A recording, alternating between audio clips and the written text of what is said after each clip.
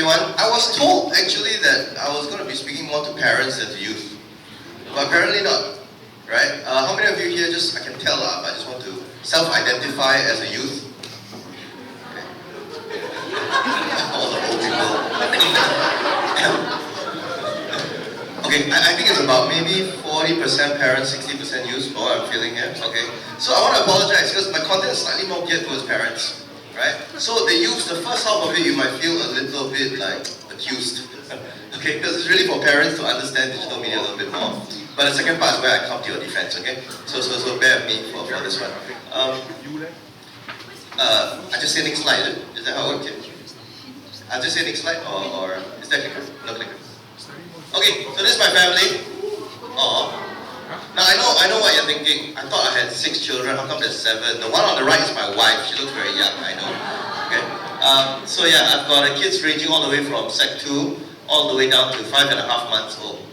If you're wondering, I'm 44, so we had a baby at 44. If you're wondering, that's the upper limit of the age that my wife should really be having babies anymore. So we'll probably stop at 6, but we also say we'll stop at 4, then we say we'll stop at 5, right? So who knows what's going to happen, right? So I recommend it one day when you guys start getting married, having kids, have as many as you can. God said go forth and multiply, so minimum 4, okay? The secret, by the way, in case you're wondering, is after number 4, it is not so hard anymore. Just a little bit, just throw them onto the pile, it's not that much more extra effort. Okay? But pray for us, if I look tired, it's because of all this. Next slide. You may know me from these websites, so if you've seen Thir.st, Thir.st started, it's 8 years old now, it's actually meant for next generation. A couple of years later, we launched Saltandlight for the older folk, for the older church. It's discipleship for all of church. We've got 2 evangelistic websites. One is Stories of Hope, where we just tell stories, testimonies of people's life changed by Jesus, and we do that in Chinese as well. Hi Hama. You may not recognize Hi Hama, but Felicia Chin, she quit Bedok to join Hi Hama. So Felicia Chin, for the youth, you ask your parents who she is. Okay. It's come to that nowadays. I was sharing a stage with her at IDMC, her and Annette Lee. I'm sure you all know Annette Lee, right? Yeah, so that's the next generation, my claim to fame. Okay, next slide. So, I was asked to talk about navigating social and digital and social media, but again, I just have to qualify this for the youth. I thought I was speaking primarily to parents, okay? So it's a little bit, yeah, I thought it was in my mind. I was told that generally speaking, maybe a bit more parents, right? So don't feel too accused, okay, about what your social media habits are like, because frankly, I spend more time online than all of you. I'm at about 8 hours a day online. Screen time 8 hours, you can be that 8 hours a day. Only you don't have to do it because your parents are here, right? I'm 8 hours a day. But my excuse is I do it for work. Right? I have to be online for Thir.st, I also online, etc. I hope your parents have a reasonable limit for you, like maybe 2 hours, 3 hours a day. Reasonable? Okay, so just give me the poker face. Okay, got it. Okay. So next slide.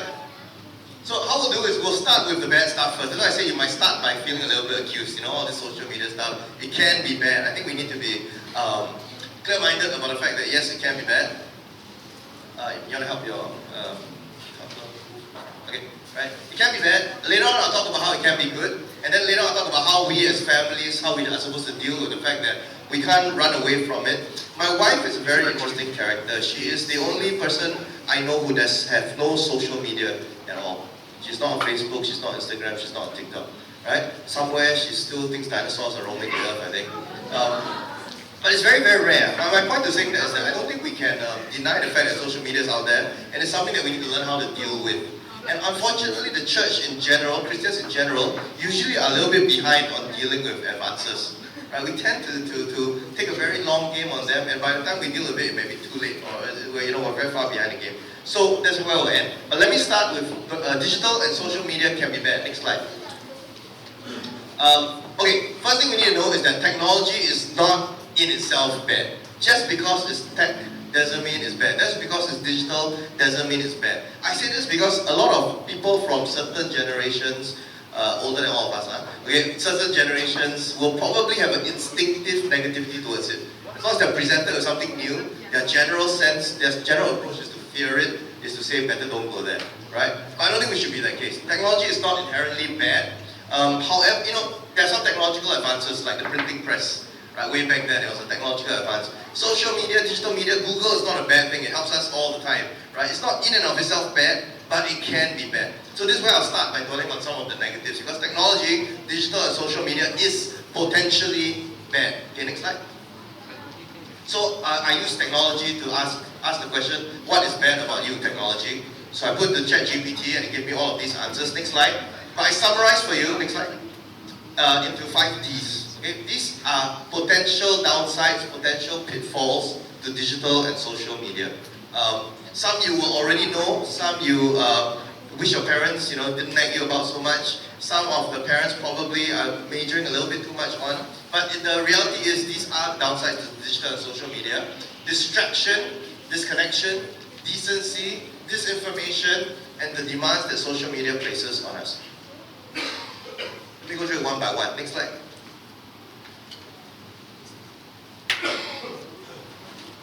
Age groups of users with internet addiction. You will notice, for example, that the younger the age group here, you can't really see, but 13 to 17 years old, internet addiction 73%. 18 to 24 years old, internet addiction 71%. But the fact is, people of older age groups, 50 in their 30s, 40s, 50s, etc., are quite likely to be addicted to the internet as well. They are addicted to it in their own way. You will know when you get a message from your grandpa that he sends it a certain way. Good morning, the meme or whatever he sends in the morning.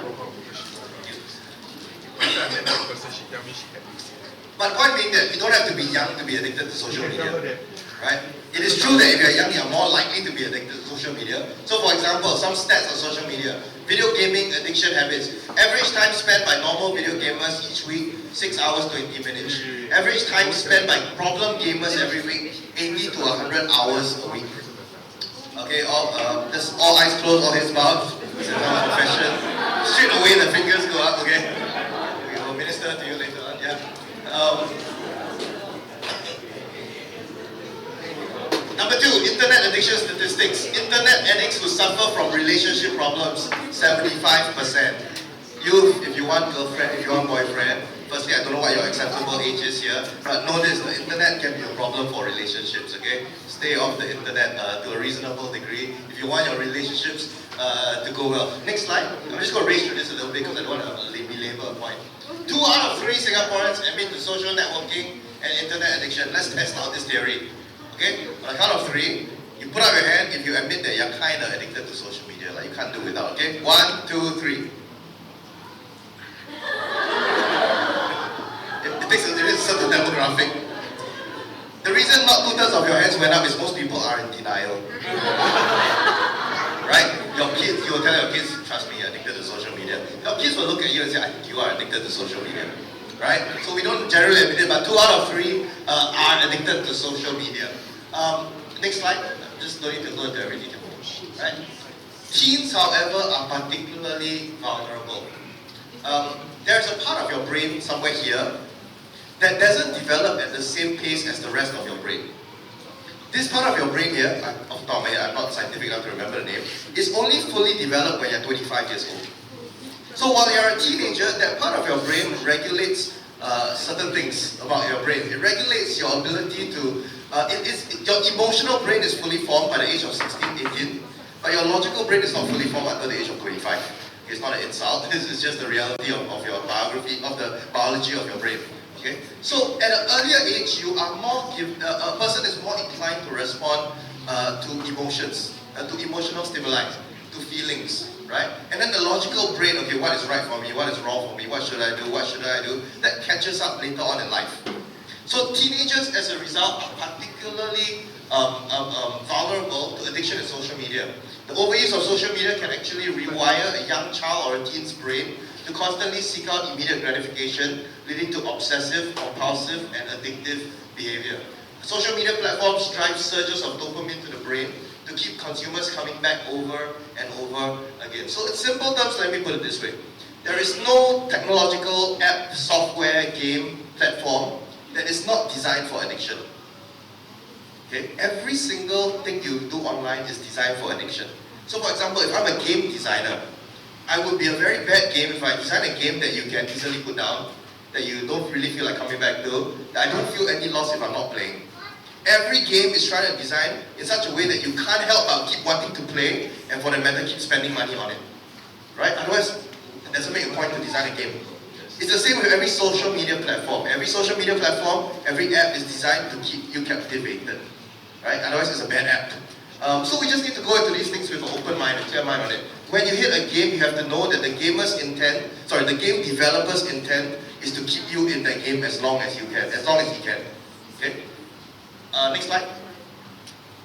So addiction to gaming, for example, number of active video gamers worldwide forecast in 2024 to 3.32 billion.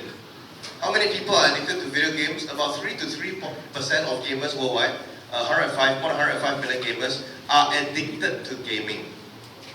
Addicted to gaming. Now, I'm very open-minded when it comes to social media, to digital media, to new things, to experimenting. Believe it or not, I was young once, and when I was young, I experimented a lot. I tried everything, anything. I have to say, gaming, I have serious concerns about. At first, I hired a writer, and he was an e-gamer guy, but also used to work in church. So I hired him specifically. I told him, convince me. Convince me that God has a place for gaming. That gaming is God approved to a reasonable degree in certain ways. We got him there for 6, 9, 12 months, I can't remember how long he stayed. And by the end of his stay there, I was even more convinced that honestly, I think people need to stay away from gaming. So I don't know if you want to hear that, but gaming is purely designed for harmful addiction. There is no other way to put it. There are very few games that are designed to be constructive, that are designed to be a meaningful use of your time. At the minimum, is there something better, more constructive, more productive you can do with your time? Probably. But I hate to say this, and I know everyone likes to game, and when I was your age, I did play games as well, but I cannot see any other way to say this very gently, that if you are gaming and you can't pull yourself away from gaming, and you say, I'm not addicted, but I give you the worst case scenario, okay? To be fair to the youth, it's not just youth. I know an adult, he had his first kid, well not he, like his wife had the first kid, right? But anyway, he was the father. And the wife got pregnant again, so now they're all grown up. Wife got pregnant again. During the pregnancy, the wife said to the husband, who's pregnant again? Sorry. The wife said to the husband, there's some spotting, there's some blood, there's some blood appearing. When you're pregnant, it's a very big deal, right? You can't be too sure, right? Just, I think we should go to the hospital right now. The guy said, and these are famous last words, I'm halfway through my FIFA first half. Right? R.I.P. God rest his soul. So that's what gaming addiction looks like. It's unputdownable. I can't put it down. Right? And everyone thinks they're not at that point. But I have to say with gaming, the best games, all games are designed to keep you in there. And nowadays, when they keep you in there, normally it is money related as well. You've got to pay a little bit more to buy the weapon, get to the next stage and get a hit. I know of someone who by the age of 13 had spent $300 on his parents' credit card without the parent, trying to do it without the parent knowing, on in-game purchases, right? That's what a game is designed to do. Okay, next slide. Next slide. So gaming addiction is on the rise. The number of cases has risen during COVID by up to 60%. Because during COVID, everyone stayed at home. Then you tell your parents, oh, it's a HBL, home-based learning, SLS, student learning. Then you turn the computer away. You know you don't do certain movements with your mouse. Don't use the WASD or whatever, right? And maybe they don't recognize you're gaming, but actually you're gaming, right? So circuit breaker, 60% up in gaming. In January 24, a 14-year-old boy who had a gaming addiction was sentenced to 5 years detention for killing his father at their Loyang condo after the latter restricted his access to computer games.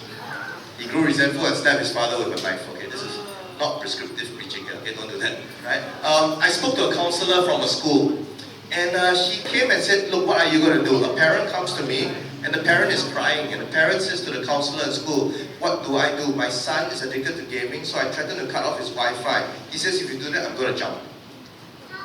What do? You let him play after the dances, let him play, okay, just get out of life for a while. You figure out the next step thereafter. But what are you going to do? The problem with that is when you're that far downstream into the problem, you can't do anything about it. Right? So one of the steps you need to take is you've got to think upstream. For the parents, what are reasonable guidelines? And for the youth, how do you make sure you never get too far gone on that process? Okay, next slide. So there are other problems with too much screen time as well. This one worries me as well because I'm on the screen a lot for work. More than 4 hours of screen time a day is associated with an increased risk of early onset dementia. For extreme gamers, it's not covered in this, it's not covered in this particular one. Extreme gamers, like those who are the problem gamers, 80 to 100 hours a week time, they do their brain tests and they reflect the same amount of brain damage as an elderly patient with dementia at the age of 21 to 25. Okay? Why? Because your brain is not designed to fire that often, right? I think that's...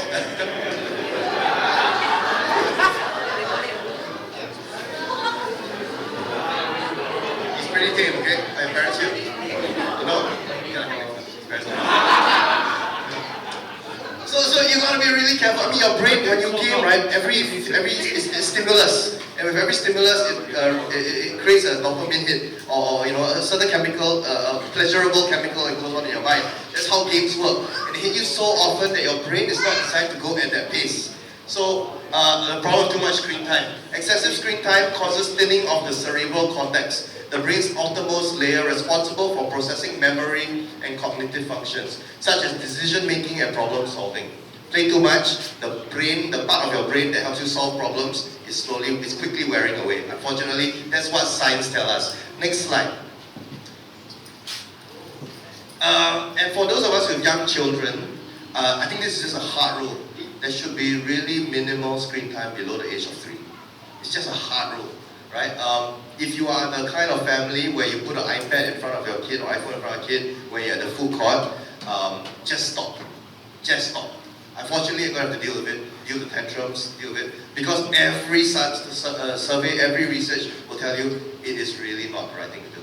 Now, that's why we have outsiders come in to speak to your church, because sometimes your pastor say to you, you feel very offended, insulted.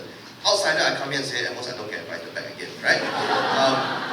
So I'm just telling you as someone who doesn't know you at all, I don't know if any of you do that, but don't do it, okay? So you need to reduce it. The World Health Organization points out that these countries take a whole day approach. Screen time guidance is one component. No screen time at all for children under 2 years old. So no means no. No. Not even like, hey, I'm busy with whatever on a Zoom, now take my phone, you play with it first. Okay? No. And then for preschoolers, that means 2 to 5, 6 years old, no more than 1 hour a day. And for school-age children and adolescents, no more than 2 hours a day. Are you guys at 2 hours or less a day? Just not. No? Even you cannot deny it, is it? Yeah. So for the reasons I told you, my job is just to come and present facts here to you, okay? It's your brain, it's your development, it's your life. But there is enough science and research to say that if you keep going down this path, it's not going to be that healthy. Okay? Next slide. Second D, apart from distraction, addiction, the second possible pitfall, disconnection. Everyone repeat after me, hikikomori. Hikikomori. Now you can speak Japanese. Well done. Hikikomori is isolation. You have digital hermits. In Japan, it's a really big thing where people withdraw from society because the online world is just the only world that they care for. So they withdraw, they don't step out, they don't see sunlight for days, for weeks, for months, for years on end. Right? Pulling inward, being confined. Next slide. In Singapore, that's happening increasingly. Eat, sleep, game, hikikomori youths in Singapore need help to escape endless cycle of seclusion, but solutions should tackle root causes. That is a really long headline. The researchers discovered that tangible effects were symptomatic of escapism. Video games were used as a coping mechanism to deal with daily stresses and mental health issues. So, why do people game? It's because it's better than the reality that they are facing. They are seeking respite from real life. They are seeking, my parents nag so much, I'm going to withdraw into a space where there are no parents in there, and then maybe I don't hear the nagging. I have so much schoolwork, and I've been thinking about it. I'm 44. I've been thinking, is school more stressful now than it was during my time? And I think quite clearly it is. I do my Sec 2 boys math, and I realize I would be failing math right now if I was in a Sec 2. And it's just challenge after challenge facing you guys. I have a colleague now, a pastor in my church, BBTC, who is a former head counselor for a true train school, so year 1 to year 6 in secondary school, right? And he says every 2 years they face a successful suicide case. So he mentioned one other BBTian who's in that school. He says in his 6 years, from year 1 to year 6 in that school, he had to counsel him 3 times because he went through experience 3 of his schoolmates committing suicide just during his secondary school year, Sec 1 to year 6. Right? And we wonder where all that comes from. And he says actually it's not merely just school stress. He says when as a counselor you talk to the people having issues, and they don't normally cite, oh, school very stressful, my parents push me very hard. That's not actually their primary concern. They always talk about, I don't see the point of all this. What is the meaning to all this? And then the parents push me, but they don't tell me why it's important. They don't tell me something that I can actually take hold of and actually mean something to me. Right? So what happens is people react to the reality of life in very different ways. Some of them will withdraw, some of them will lash out, some of them will act out. Next slide.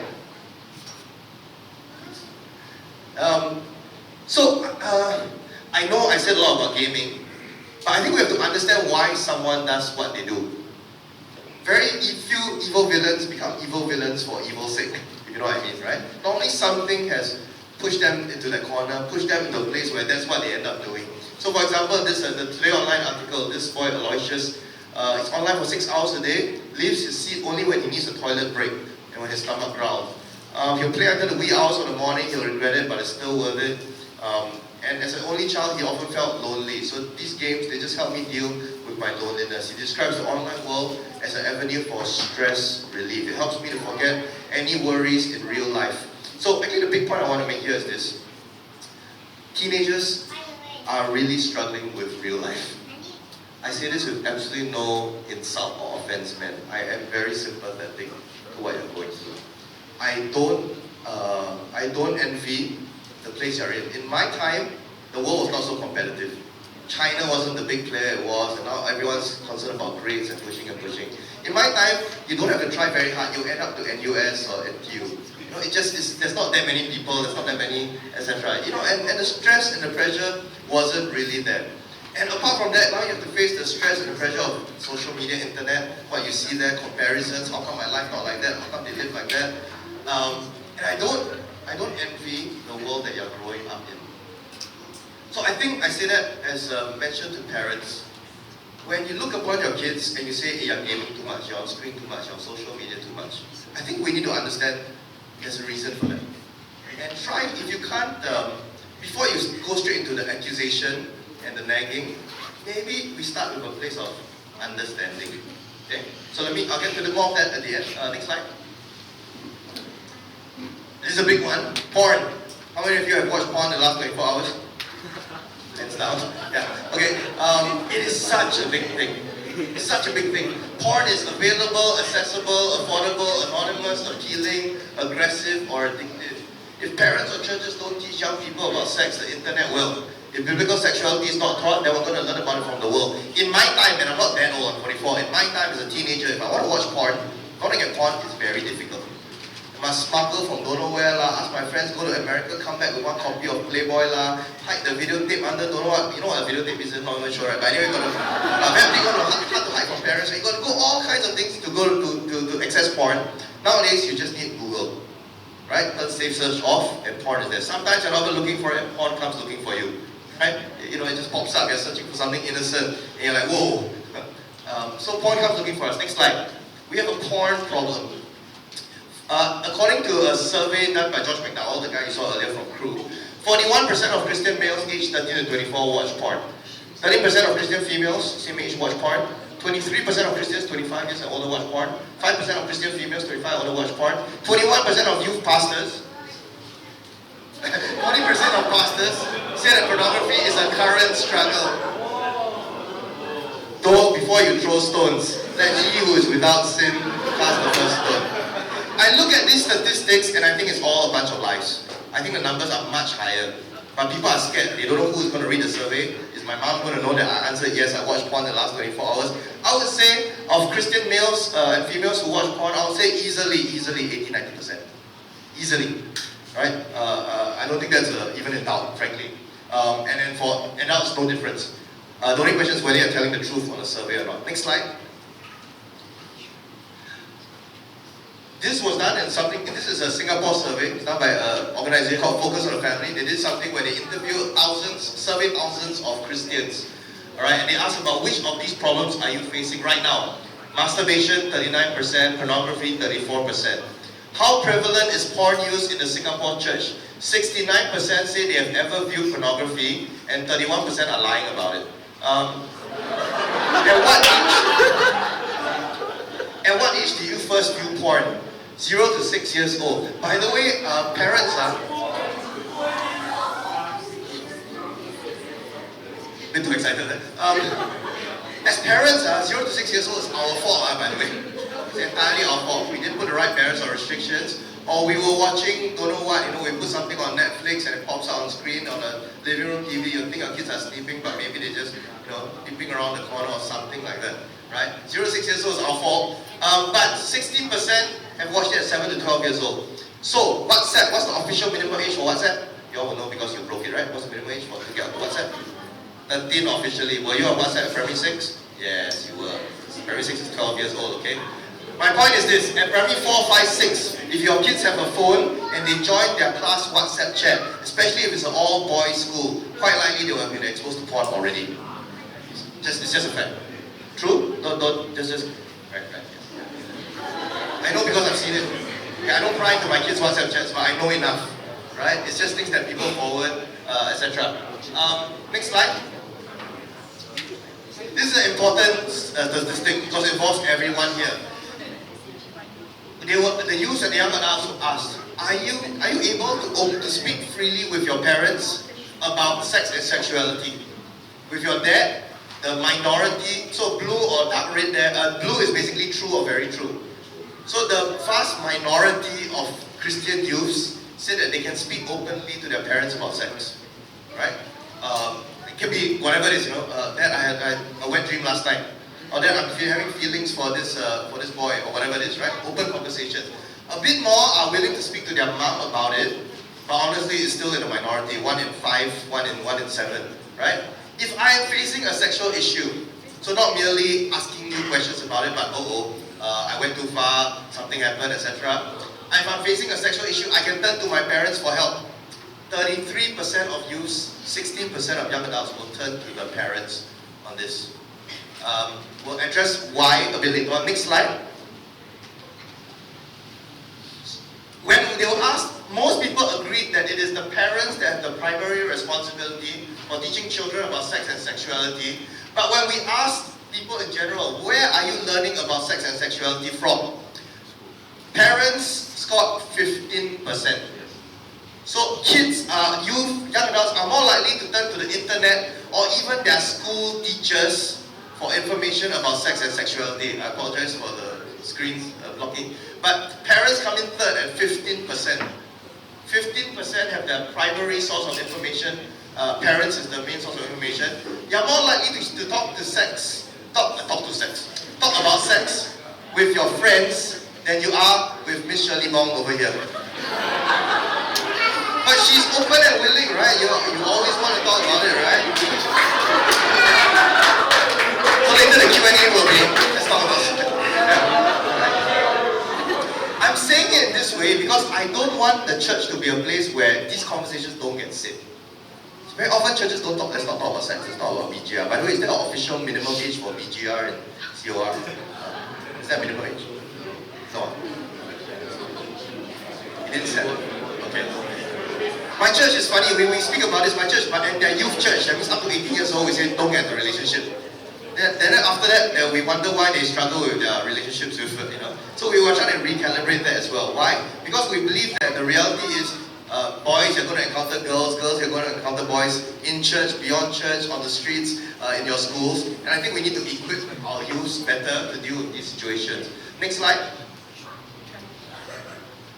And we have, social media kicks in here because we are very exposed to porn. Very exposed, even things that you don't have to be naked. A person doesn't have to be naked for it to be porn. Does that make sense? TikTok, people dance with very little clothes on. And that's, thank you very much, yes.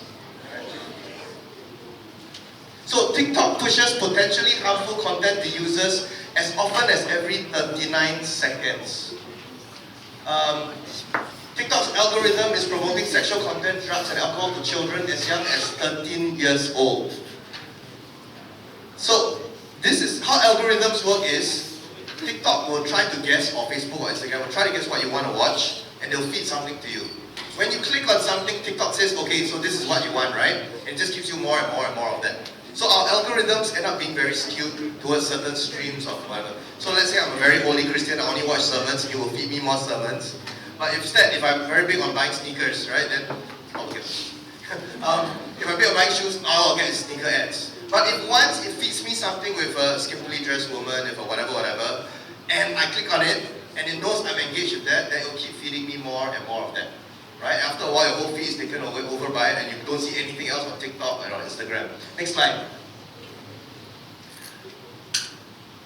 So you get issues of grooming, you get child sexual exploitation, you get girls being groomed at the age of 10 and 11, you get an online sex predator trying to, I'm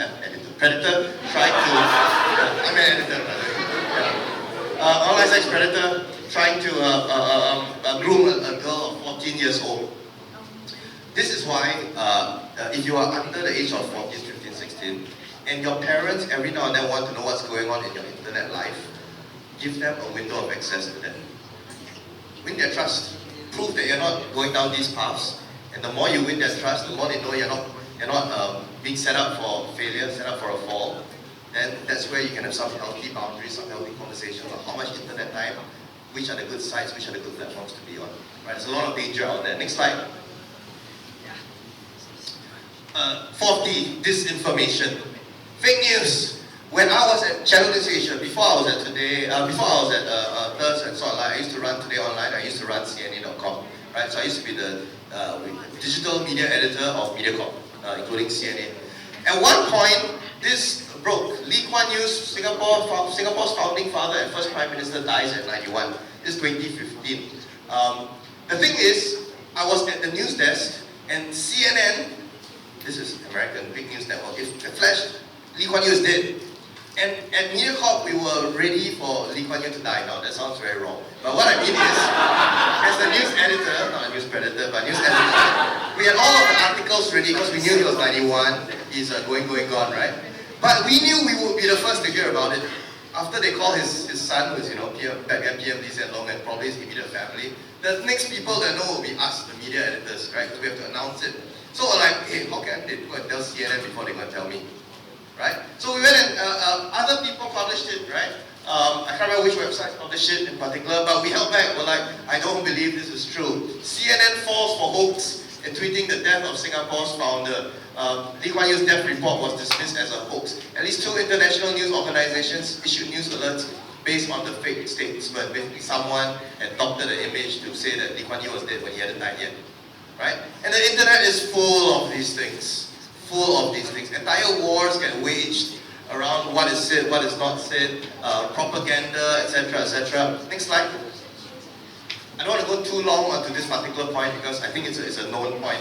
But the internet is full of rubbish. Especially now with AI now generating articles, what it does is it takes fake articles and it just repurposes fake articles. So what is already fake is more and more fake, right? It gets more and more hammered home, and it gets being repeated on website after website after website. Please just know this as a basic underlying rule. Don't believe everything you read on the internet. Quite likely it's, just test everything. On Saltandlight, we published a few years ago how to test the headline. As a news editor, this was what I was going through. When I saw news, I would filter it according to this. Singaporeans are very gullible. If you remember, the older people remember the movie the show called X-Files. X-Files has a tagline that says, I want to believe. Singaporeans, when they see something that they want to believe, you tell them, even if it's not true, they will believe it.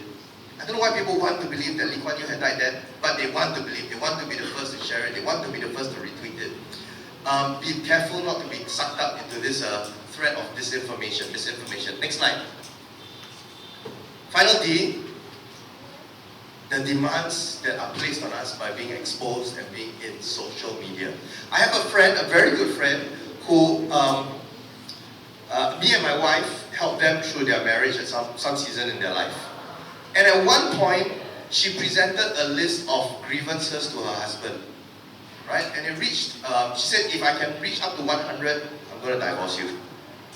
And eventually, as we talked to her more and more, basically she was looking at other people's social media feeds, their Instagram perfect life. And in her mind, she's going, why is my married life not like that? So you may not be married, but you'll be thinking, how come other people can afford this, that, and the other? How come other people, they don't seem to face the same struggles that I do? But remember, you're looking at their very curated Instagram feed. They have mental health issues, they have struggles, they're not going to put it front and center on their social media. You see the curated, polished, clean version of it, right? But what happens is we look at that and we start to be able to discern what is real life, what is, a fake version of it, a polished version of it. According to a recent survey, Instagram is the worst social media network for mental health and well-being. Next slide. Because of FOMO. TikTok self-harm study results are every parent's nightmare. Self-harm study results. The results are every parent's nightmare. Young people's feed are being bombarded with harmful, harrowing content that can have a significant cumulative impact on their understanding of the world around them. Next slide.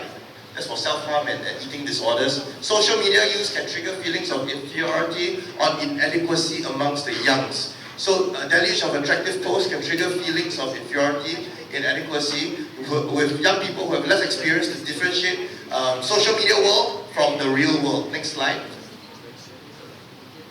So these are the downsides to digital media. I say this as a person who lives and breathes social media.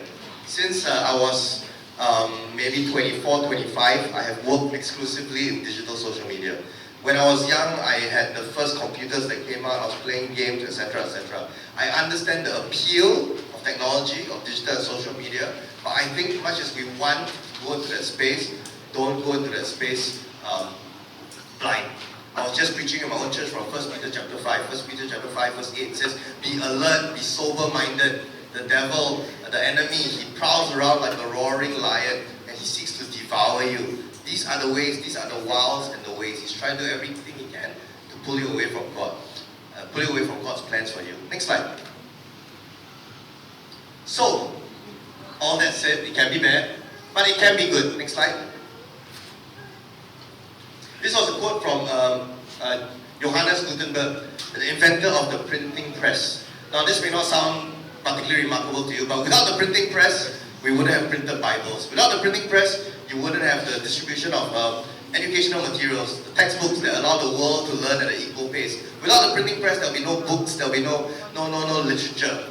God suffers, Johannes Gutenberg said, God suffers in the multitude of souls whom his word cannot reach. Religious truth is imprisoned when there's only a small number of manuscript books which confine instead of spread the public treasure which is the word of God. What does he mean by this? Prior to the printing press, the word of God, the scriptural texts were confined to only a few people who had the handwritten manuscripts of the Bible being passed around.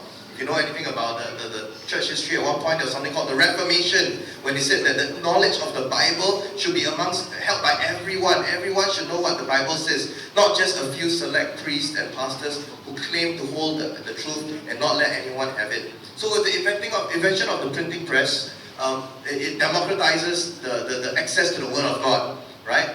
So everyone now can read the Bible for yourself. You don't have to just believe what your pastor tells you. This is the benefit of technology. The upside to technology. What is the modern equivalent of a printing press? Next slide. Next slide. One more. Bible translation is in a fascinating place. How many of you use the YouVersion Bible app, by the way? In your majority of you did it. It was one of the first 100 or 500 apps that Apple put onto their app store. Today, I think they hit something like 1 billion users already, if I'm not wrong. 1 billion downloads of the app. And they have gone into weird, wild and wonderful places with that.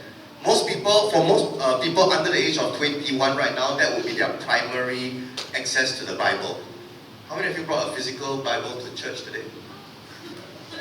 Your parents are laughing, but there's a young man. Right? And it's okay. The point is, God didn't say you must touch the paper. God says you must know the Word. Right? The Word of God is perfectly well expressed through digital as it is through physical. And what we're finding is that it really opens up boundaries. It opens up channels of access to cultures, to people who may otherwise never reach the Bible, never touch the Bible. In my own church, just coming here, A man came up to me, clearly not Singaporean. He's a pastor from Lebanon. And he says they preach the word of God over satellite TV, and it reaches 2 million people in the Arabic language where they are from. People who otherwise would never have access to it. He says there are certain segments in the Middle East, for example, women in Saudi Arabia, right, would never be able to have a Christian conversation if not for technology. Next slide. So the YouVersion app, 2020 was more than 500 million. I think they've reached 1 billion already, right? But do you know how the YouVersion app is fueling the expansion of physical churches in America? YouVersion, they look at all their data, and they say, okay, in these areas in America, a lot of people read Bible. Then they map that out against the availability of strong, healthy, Bible-loving churches in the region. And they say, this area, they are hungry for the word, but they don't have a church serving them. So what they do is they plant a church there. Every 18 months, they will plant a new church based on their app data. And within every 18 months, they plant a church. Within 6 months, that church will be full 3,000 members. So they grow by 3,000 members every 18 months or so, right? Based on data. They go where the hunger is. They know where the word of God is being highly sought after. Next slide. Amidst COVID, I think the church started to realize that we thank God for technology. I apologize to the young people in every church whenever I meet them, because during COVID, they all kena a lot. Suddenly they need to live stream.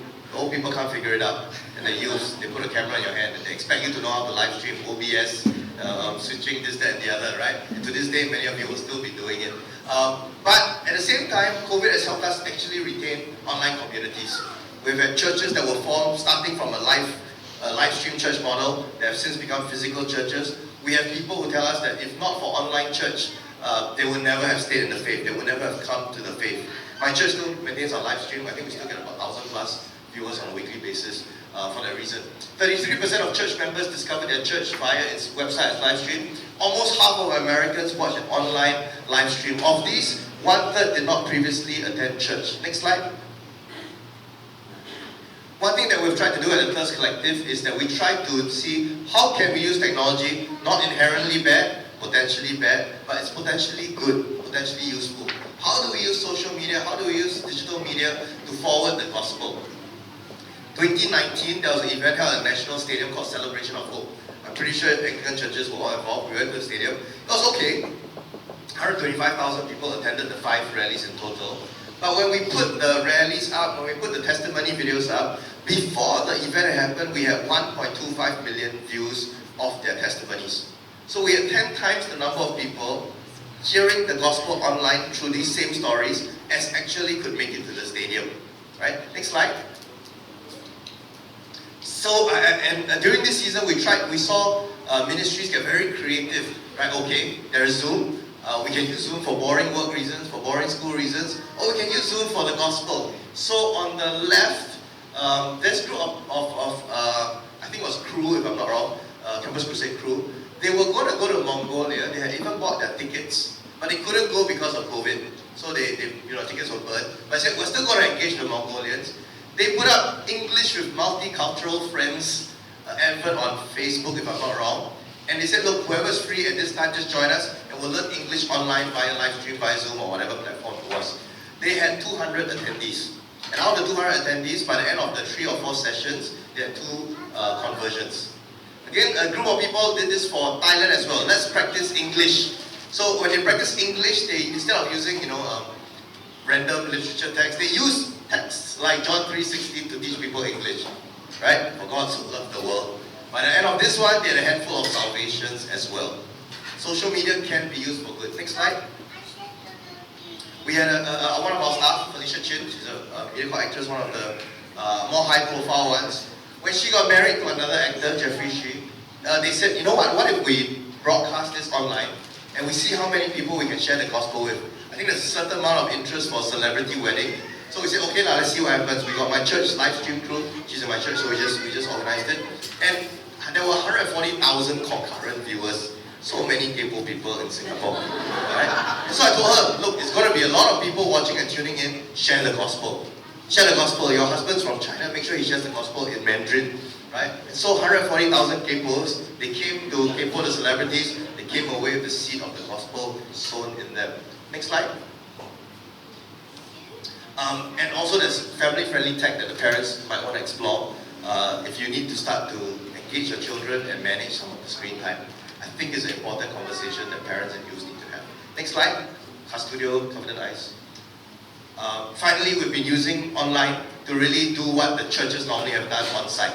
What used to be a sermon, a devotional that you read in a book, has now become a video, has become an article. We normally tell pastors, if your sermon is good for your 50 or your 500 people, why wouldn't it be good for the 5,000 or the 50,000 possible people who could hear your sermon as well? So that's why we created Thir.st to just redeem the online and digital space. Saltandlight, High Hallmark Stories of Hope. Next slide. I'm saying next slide a lot. Okay, I'm almost done with this part of it. So now that we have all of that context, all of that information to work with, now what do we do? So how? Next slide.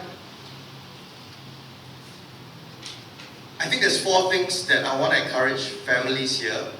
If you're a parent and you have a youth, whether here or back home, and if you're a youth, consider how you can get your parent onto the same page. Because I think what happens with youth is you get nagged at a lot. You get told what to do but not why to do it. You're not given much of a choice or a say in the process. I think what your parents will resonate a lot better with if they see that you understand that there are pitfalls, but you can work together on managing some reasonable, healthy boundaries. So 4 keys to engaging your children. I just put these 4 R's here. 1 is about building relationship. 2 is about role modeling parents to the children. 3 is about being realistic with what you are asking of your youth. And 4 is about considering how to remove, reduce, or replace. Next slide. George McDowell, we saw his face earlier on the porn slide. Again, that sounds wrong. But here's this really good quote. Rules without relationship leads to rebellion. If you put rules, but without the context of love, without the context of being able to speak gently and reasonably with your kid, they will just rebel against those rules. A discipline without relationship leads to resentment. If you discipline someone but not in love, 2 Peter tells us about disciplining in love, Hebrews tells us about discipline in love. If you discipline but there is no relationship to undergird the discipline, it will lead to resentment on your youth's part. When you take away their screen time, when you deny them this and that privilege, and resentment is a very easy thing that follows. Truth without relationship leads to rejection. I am the father of 6 children. I'm constantly trying to drive home to them what is the biblical truth, what God's heart is for them, what God says in the Bible. But without relationship, they're not going to hear God for God. They're not going to hear God's direct voice. They're hearing God through my voice. And in my voice, if they don't understand that my voice is a loving voice, that I'm saying it because I care for them, then they will just reject those truths. Young people do not respond to rules. The youth's primary motivation is not I'm going to skirt within the guidelines because I think the rules are good for me. What young people do respond to is rules in the context of relationship. If a parent does not have a strong, healthy relationship for a child, you are setting that child up for rebellion, resentment, and rejection. No one has ever been transformed by nagging. Nagging does nothing. I'm saying this even as a spouse, by the way. It doesn't work for spouses, it doesn't work for children. No one's ever been transformed by nagging. We are transformed by loving guidance, by loving reminders, even by loving rebuke. Okay, next slide. I was just at IDMC, and this is Peter Tanchi. He leads a church in the Philippines of 100,000. I'm not sure how that works, but a big church. And he was talking about this too. Biological relationship does not guarantee good relationship. Just because they are your mom doesn't mean that you are close to them. Just because that you gave birth to them doesn't mean they are automatically close with you. The power of influence is proportionate to the closeness of the relationship. The closer the children are to their parents, the less they are influenced by their peers and vice versa. My wife every now and then has a misunderstanding with my kids, right? She tries to lay down the law, lay down the rule, and then after a while they might get a little bit resentful. And they say, I'm not going to tell mommy anything. And mommy's natural carnal response then is to find also don't want to talk to them. Anyway, they're the rebellious ones. And that's my job then to remind her, remember, the most important thing now is your relationship with him, your relationship with her. You go and build that. You don't go and get sucked into their immaturity. You don't get sucked into a war of words, to an arms race. You go and rebuild the relationship. We have to be the bigger man, the bigger woman in it. When did your child fall in love with you? If you do not have their hearts, you will not have their minds. So the first step in managing digital and social media access, The first step in telling them you're gaming too much, you're on Instagram, you're on TikTok, you're on Snapchat too much, the first step goes way before that, which is how's your relationship with them. Next slide. I also heard this phrase from Pastor Gary Cole, who, someone from Focus on the Family, and he has this phrase. He says, be an askable parent. Be a parent that your kid is willing to ask anything about, even the awkward questions. Mom, there's this guy, right? Even awkward questions. If they know, if your child, your youth knows the answer they will get from you is always no, always negative, always putting the lid on things, they will quickly learn not to avoid that thing. They'll quickly learn not to tell you about it. They will stop asking you about it, right? They will start asking you for permission. They'll start asking you for advice. They'll basically try to do it behind your back when you're no longer an askable parent. So the keys to this is listen to your child. Don't just lecture. What is your mode of conversation and communication with your child? Are you listening as much as you are speaking, lecturing to them? Lecturing just automatically activates the switch off mode. They will put on a face, their eyes are open, but actually nothing's going into their mind. Right? Listen to your child. Talk to them, talk with them, have a conversation. Don't just tell them how they should think, how they should live their life. Ask them, don't accuse them. Right? Have you been on the phone too long? Have you been gaming? What's wrong with you? Ask them. You've been on your game on phone a lot. You know, is there a reason for that? Why are you on your phone? What's so interesting about it? Some parents will even go to the point of, okay, I'll play the game just so that I can try to figure out what is the appeal for you. Frankly, you probably won't like the game, but your kid will appreciate the attempt. Right? Next slide. Second one, role modeling. Parents ask our youth to cut down screen time, but do our kids always see us looking at a screen? When you look at your parents, are they always on the phone? They should be, right? Don't dare to answer, right? Some people's parents are not here. Anyway, do they always see, youths are always seeing us look at a screen. And we always tell them, you get off your phone. You have too much screen time. You have 2 hours, I have 10 hours. Not fair. You nag them about the dangers of digital media, but do they see you setting yourself boundaries? Are you checking your phone when you're driving, for example, right? I mean, that's the equivalent of you saying, hey, you shouldn't be playing when you're supposed to be studying. You say you have valid reasons for screen use, like I'm a digital media editor of Thir.st, okay. I have to check Thir.st and sort like, okay. But they have their reasons which they would feel are valid as well. So where the role modeling comes from, if you're asking them to give certain things up, what are you going to give up in equivalence? If you're asking them to pull back, is it something that you can practice what you are preaching? If you want them to follow the rules, you also need to learn to follow those same rules. Otherwise, it's a very double standard world. And by the way, the line that my experience use case is, when you're my age, then you can do. First, it looks very far away. Your kids are 30 years behind you. Also, it's not very meaningful to them. It's basically a way to just shut them down, put them up, shut them off, and again, they'll start doing things in secret. Next slide. Be realistic, parents. Don't expect your youth to be able to live like you live. Don't expect your youth to like what you like. So you're on Facebook. Your kids are not going to get on Facebook, right, for example. And so you say, hey, why don't you go out and play some sports? But if your youth grow up in an era where, frankly, every time they go play football, avoid that, the police come and then tell them to stop playing football, right? So different habits, different preferences, different era entirely. Don't expect it to be the same. Don't expect your concerns to be their concern. How come you're not studying? It's just not that interesting to them, It's just not their top priority. Don't expect their era to look like your era. Don't expect them to be able to unlearn everything. So if you're asking them, if you're saying, hey, you need to use your phone less, or for the last 2 years they've been using their phone for 4 hours a day, it's not that easy to give up. There has to be some realistic navigation of the balance. Don't expect them to like discipline.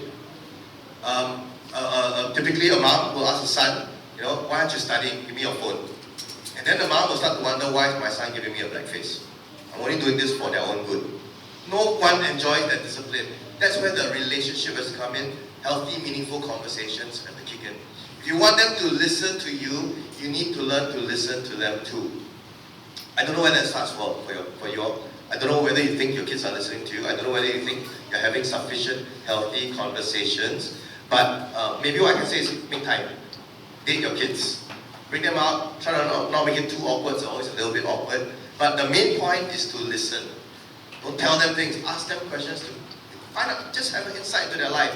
Learn to enjoy your son, your daughter for who they are, for what they're going through, not for what you want them to be. Next slide.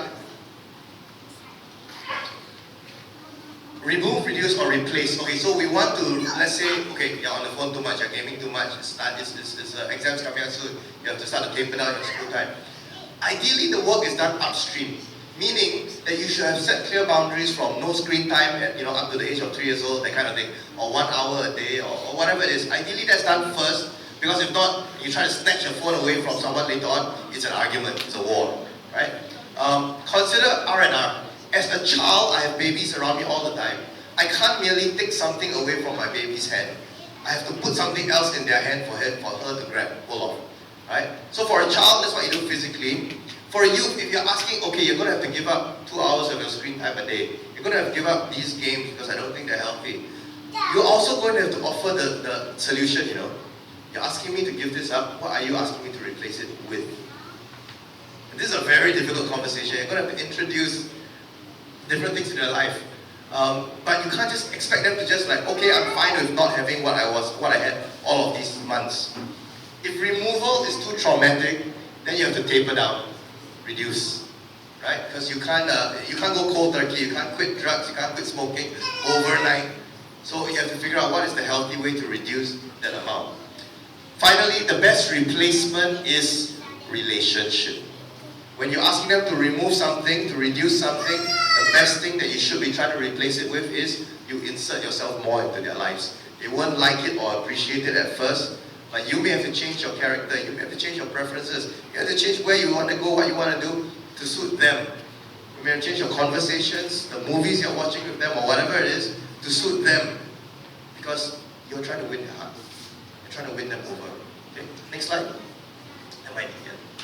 Right, 4 keys: build relationship, role modeling, be realistic, remove, reduce, or replace. Next slide. Just racing through this because I think I'm at my last slide. Okay. Well, finally at our Q&A. Okay, so I try to be fair to everyone here. You understand where you're coming from, but you also have to listen to your parents. When they say no, it's probably for a good reason. But maybe parents, we have to learn how to say no in a more healthy manner. Build the relationship so that we can win their hearts over. Okay. Okay, so we're going to have a time of Q&A right now. How many hours of social media per day is okay? I tell you what I've set for my secondary school kids.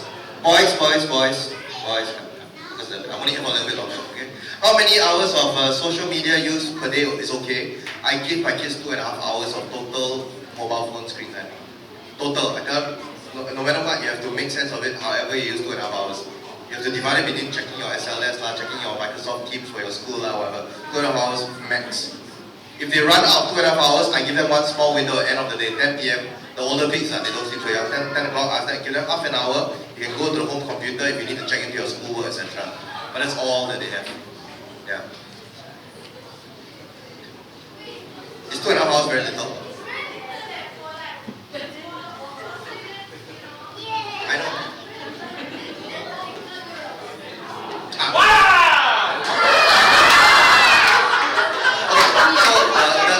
There is this. It is that this is their mobile time. They tend to do their work on their laptops. Okay. So mobile time tends to be their social media time. On their laptops, they might be using social media, but usually we are able. Okay, so try to have an environment at home where your kids can't use their devices without you being able to see what they're doing. Okay. For kids, if you have nothing to hide, then there should be no problem, right? Right. But for parents, it's so that you know, the more you can earn their trust when every time they look over, you are actually not doing weird things on the computer, the more trust you will buy, the more time and leeway they will give you. Okay? So 2.5 hours of mobile time, that's just my environment. It's not a perfect guideline, just what we do at home. But schoolwork is usually some extra buffer at parent time. Okay? Okay, calm down. I know you're very excited. How to replace the use of social media if you are so used to it? Okay, social media is like everything else that you can be addicted to. It is very hard to break yourself off addiction. Any addiction. I have had my addictions in my life that were not social media, that were not technologically trained, that are not technologically based, and it takes, there's a painful process of tearing down, of pulling back. The first step to dealing with addiction is to admitting you have an addiction. Okay? So once you admit you have addiction, you have a certain amount of motivation to deal with it. But like I said, it's very rare that people can be instantly... I mean, every now and then you read a testimony of someone who was miraculously don't need to smoke anymore, whatever, right? It's very rare. More often than not, you have to go through the process. You have to slowly pare back, slowly go pull down until you reach a reasonable point. I use my phone a lot. So one of the things, for example, that I do that I shouldn't be doing, I should be doing, was I'll bring my phone to bed and I'll just doom scroll before I go to sleep. My wife, who I said doesn't have social media at all, doesn't like that at all. And she challenged me on it. She says, hey, can you not bring your phone to bed with you? And I said, hey, but you have to understand, okay, I'm Thir.st editor, I'm checking work or whatever, right? All the rubbish excuses, I wasn't, I was on Facebook, I was on Instagram. But after a while, some of the points I said is true. My kids are seeing me as a social media addict. So what I do nowadays is, I heed my wife's advice, I charge my phone outside my house, outside my room. Right? And it's in a place that all of our kids will just charge their phones down in the same area, so that we all are on the same page here. I have the same guidelines as them. Right? So how do you reduce social media when it's so remember, you have to acknowledge the issue. You have to acknowledge that social media is there to suck you in. His job is to try to keep you there. If you are Elon Musk owning X, if you are Mark Zuckerberg, his job is to keep you there because he can serve you more ads. He can serve you, the algorithm will work that way. Acknowledge it and then pull back. But try to do it at the same page as a whole family if you can help it. Okay? What are your sources in screen time and time spent gaming? How reliable are they? I raced through it, but in every slide I had an attribution there. You can also Google it. As a news editor, one of the things we do is we always try to weigh not every source is equally reliable. So news editors, we have our way of weighing which is a reliable source, which is how many people in a survey makes it rigorous enough survey. But anyway, in the slides I put every source there. I can't go through them now, one by one. Why is social media so addictive? Again, it's chemicals in your brain. Every time you post something on social media, you post something on Instagram, your brain is really wanting the dopamine hit of someone liking that post. When you get a hit, it makes your brain so attracted to the feeling that you want more and more likes. Every time you refresh, you're hoping for someone else to have followed you, etc., etc. Actually, this question I should direct it to the cell leaders. What hobby should I pick up if I'm not gaming? Cell leaders, maybe you need to bring your cell groups out more often. More outings.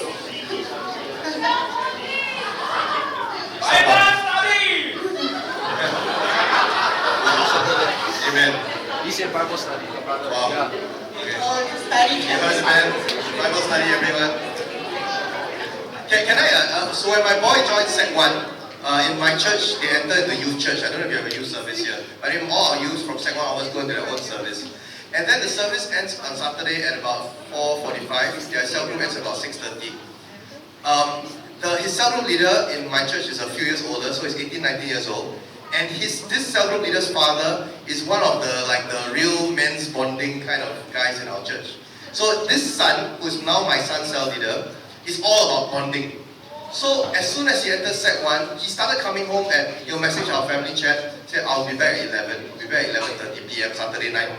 My wife said, this cannot be a Sect 1 boy, cannot come home so late. I stopped her from sending that post, and I said I would rather he had been making friends in church, learning what it feels like to have a brothers and sisters in the church community, and for Saturday night we'll close our eyes as long as we can trust who he's with. So yes, a very big part of the answer is bonding, self-bonding, self-fellowship. I just say outright here, you can dispute it later on when I'm not here. But let your kids hang out with their cellmates and their cell groups as much as they can. Come to church to study, etc., etc. Just make sure that you can verify it lah. Right? So for me, the verification is I have the cell leader's phone number. If ever I need a challenge, like, are you sure he went cycling with you last night? Which he did. I can ask the cell leader, right? But it is your youth may not stay in church as adults because they love Jesus. It's the truth. They grew up in church, second generation church. Jesus is your relationship, right? But for the time being, their relationship is actually with their friends. There will come a point where they might encounter God. Some of them hopefully have already done so. But if they haven't done so, they will stay not because they know God, because they haven't yet encountered God, but because they know these people around them. And it's very important because if you're not hanging out with them, then they'll find someone else to hang out with. Not from church, with whatever their passion habits are. So, youths, if you're hanging out with cell group, ask your parents, make sure that they can verify it, and I'm pretty sure that they should think that that's a healthy alternative. Okay? My laptop got smoke coming out, what do I do? Send to repair center. You know, when I work for a website, people always treat me as IT hotline. Probably I'm gaming too much. How to stop cashing in games? You stop cashing in games by stop gaming lah. Okay, stop already. This is quite a serious question. What is grooming? So grooming is older people engaging younger, usually it's girls, but sometimes it's boys, and then basically readying them for a sexual relationship at too young an age.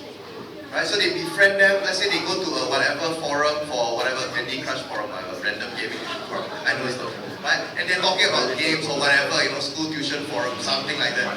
But actually their plan is to build a relationship with them and expose them to sexual content until they are ready to get in frankly, a pedophilic relationship. Okay, so that's grooming. It's gross, but it happens a lot. I mean, when I was in Running Today at CNA, we used to have crime reporters. We have a reporter in the courtroom. It's very common. It is gross. I mean, these are the prisoners that get beaten up in jail. Even the criminals find this gross, right? But it happens, so be very, very careful. Okay. The girls in particular, but also boys in particular, if you have an older man talking a bit too much to you online, immediately just show those messages to your parents, ask them to help you discern and make sense of it. Okay? This is interesting. I like my friend at school, but I don't know what to do. How can I raise her up? How old are you? Please ask your pastor what the minimum age for this is. Okay, this question, very interesting. Could you give more tips how we could honor God with digital and social media? I think Revelation 12:11. I went into Christian digital faith because I was studying the book of Revelation. Revelation 11 is a chapter when the whole world sees three messengers sent by God come down to earth. The whole world sees them do signs and wonders. The whole world sees them being killed by the Antichrist, by the beast. They lie in the city square for 3.5 days. The whole world sees as God calls them up, resurrects them. And then the whole world is in fear and terror because they realize, oh, they really are messengers sent by God. When I read Revelation 11, I realized that the whole world needs to make sense, needs a Christian lens on what is going on out there in the world. That's why we started first. Revelation 11 is followed by Revelation 12. Revelation 12:11 says, the evil one is defeated by two things. The blood of the Lamb, the finished work of Jesus Christ on the cross, and the word of His testimony. The saints who speak about how God has changed their life, but they don't shrink from death. They don't fear. They're bold enough, they're courageous enough to talk about Jesus. I think to answer this question, how do we do more God-honoring things online? Have you considered how when you have 200, 300 Instagram friends, Facebook friends, they could also use being told about Jesus? How do you speak about Jesus in a way that's not super cringy, that will not get everyone unfollowing you? I think that is the skill, that is the art. How do I speak about Jesus in a manner that's not just like, it's you Jesus people and all your Jesus again. So I think there's a manner that we can learn to speak about God in a narrative that can actually land well with our peers, with a fellow 13, 14-year-old girl, with a fellow 15, 16-year-old boy, in a manner that doesn't turn them off about the faith. But the trick is we have to learn that language, that narrative. Normally, it starts by not speaking about God first. The first words you don't use are like, praise the Lord Jesus Christ for He has helped me. Immediately every non-Christian will immediately just move on to the next post. Talk about your struggles, talk about your journeys, talk about what you're dealing with, and at some point bring Jesus into the conversation. How do you navigate respect my privacy insistence from a teen? Trust works both ways. For the teen to trust, the teen wants trust from their parents, get off my back. Stop checking in on everything I'm doing. The parent honestly wants to be able to trust the teen, right? If not, I won't keep asking you. Trust works both ways. So how do you navigate this respect my privacy insistence from a teen? Firstly, we establish certain guidelines here, which is that, look, if you've got nothing to hide, why are you hiding? Right? So they need to know if there's something to hide, honestly, much? Are you on porn? Are you grooming children? I don't know, whatever, right? So trust works both ways. The team needs to know, look, I want to trust you. I want to empower you. I want to trust you with screen time. I want to be able to trust that when you're on the computer, you're doing, you may not be doing the most constructive things, but at least you're not doing the most negative things either. So when you ask for that, you say, I want to trust you. So let's work this out. If I have no reason to doubt you, if every time I look at your phone, your screen, it's not this, that, or the other, then we can start navigating that. You can have a little bit more time, you can have a little bit more leeway, etc. The kid who is used to guarding his privacy, either A, has something to hide, which may be the case, or B, is already used to getting their privacy. So again, I said, downstream is harder, upstream is easier. My house, we have a rule. Whenever you're on the screen, it must be turned in such a way that everyone can see your screen. In other words, no hiding at the corner seat, where the wall on one side, wall on the other side, no one can see what's on my screen. They have to use it in such a manner where I can see it anytime. Even their computer table in their rooms is a place where we can see from the door outside. You have to literally move the whole table before you can hide the screen, right? So I think these are things that the best answers, you work upstream. You establish protocol, you establish boundaries, you establish ways that phone screen time can be used. That they can win your trust, and then you can slowly start to trust them more and more.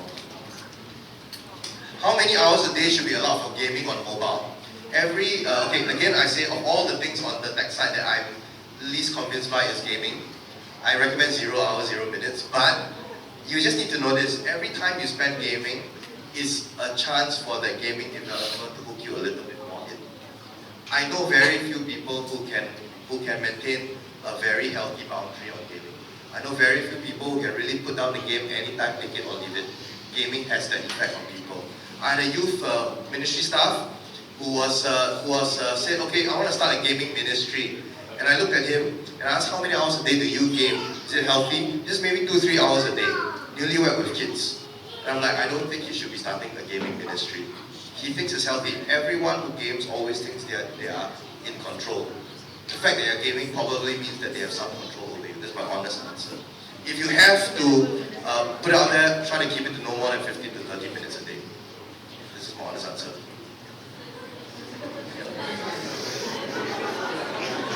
That's how you taper down, right? Yeah.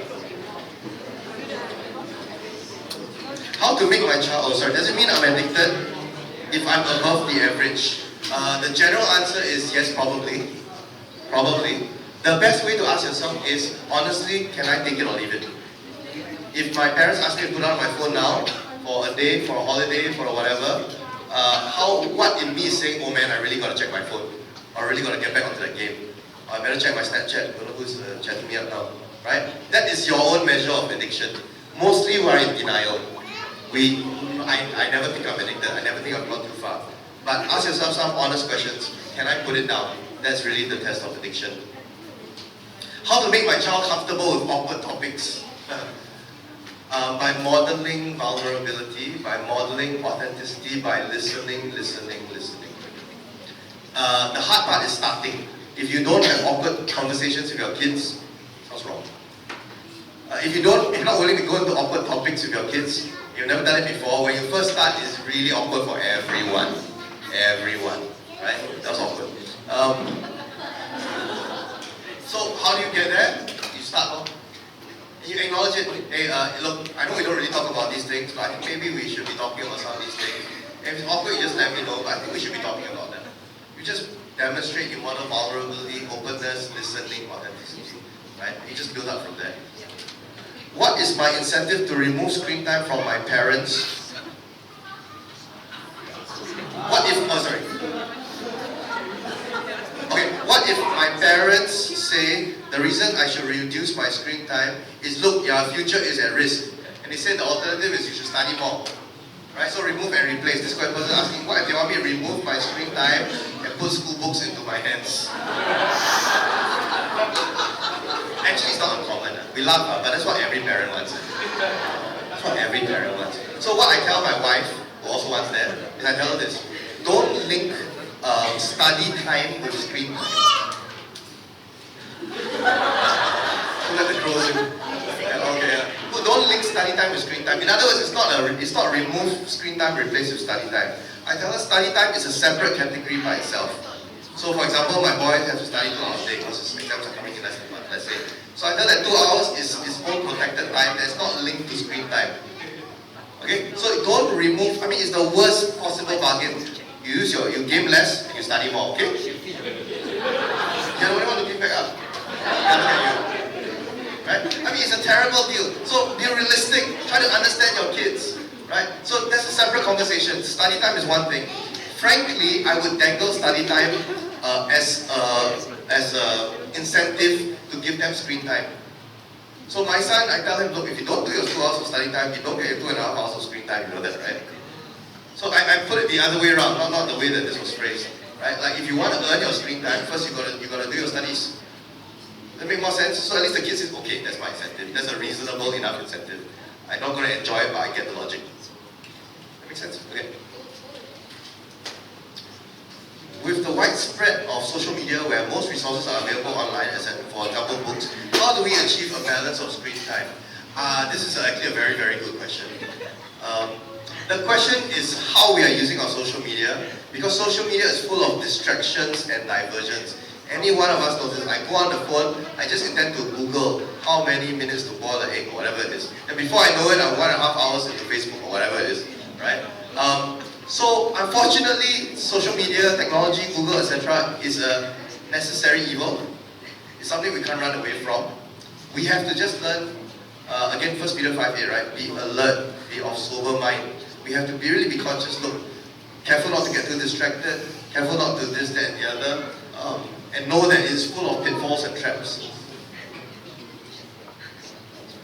Which hobby should I pick up?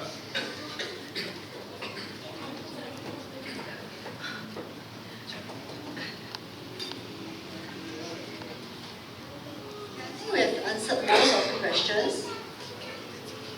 Some of the questions are related in a sense. And then some questions, I think there is a better platform to answer that as well. So, okay, any more other questions? If not, shall we just give Pastor Edric a appreciation?